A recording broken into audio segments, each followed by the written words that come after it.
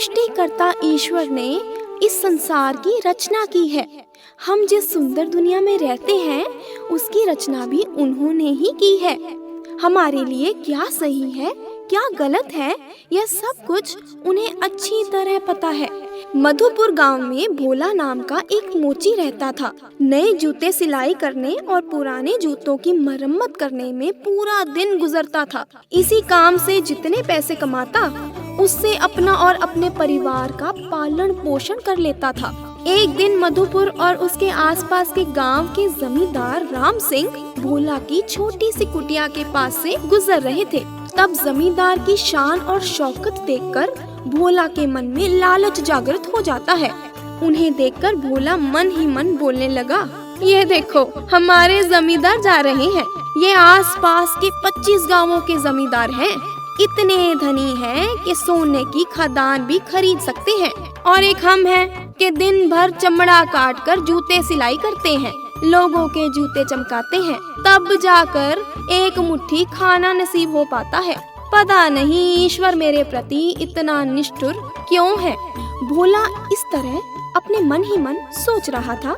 तभी उसकी नजर दीवार पर टांगी भगवान की तस्वीर पर पड़ती है। तब वह और अधिक गंभीर हो जाता है।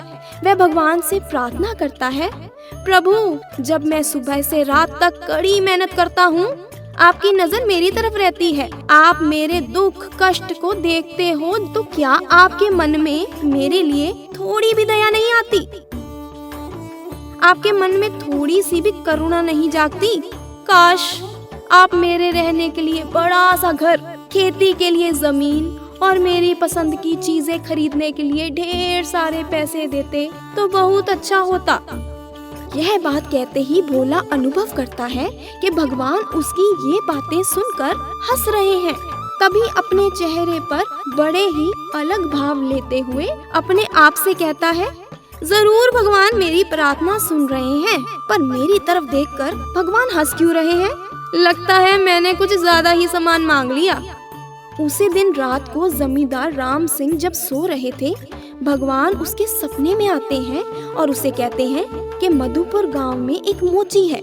भोला मेरा सच्चा भक्त है, तुम उसकी सहायता करो, उसके लिए बड़ा सा घर बना दो, उसे एक कलश, स्वर्ण मुद्राएं और खेती के लिए 4 एकड़ जमीन उसके नाम कर देना। भगवान के आदेश अनुसार जमींदार भोला की सहायता करते हैं, परंतु भोला यह सब देखकर अपनी किस्मत पर विश्वास नहीं कर पाता। भगवान ने इतनी जल्दी उसकी विनती कैसे मान ली? वह चमड़े का काम बंद कर देता है। उसका परिवार खेत में काम करना शुरू कर देता है।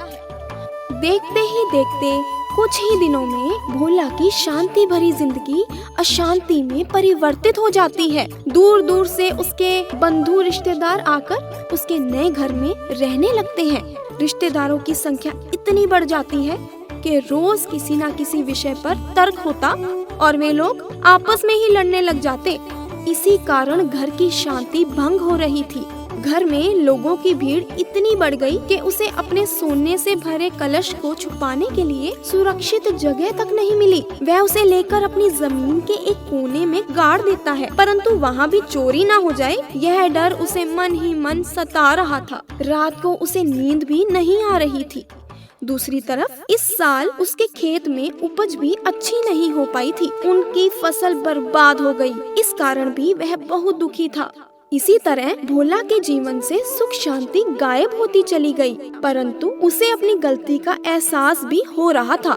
दोबारा वह भगवान जी की उसी तस्वीर के निकट खड़ा होकर बोला, प्रभु जब मैंने आपसे धन संपत्ति की मांग की तब आप मुझे देखकर मुस्कुराए थे। तब मुझे यह बात समझ नहीं आई थी, परंतु आज मुझे यह समझ में आ गया कि आप उस दिन क्यों हंस रहे थे। ये सारी धन संपत्ति ने मेरी सुख शांति प्राप्त करने में सहायता नहीं की, बल्कि उससे तो मेरे जीवन की सुख शांति संतुष्टि और सुनिद्रा छीन सी गई है।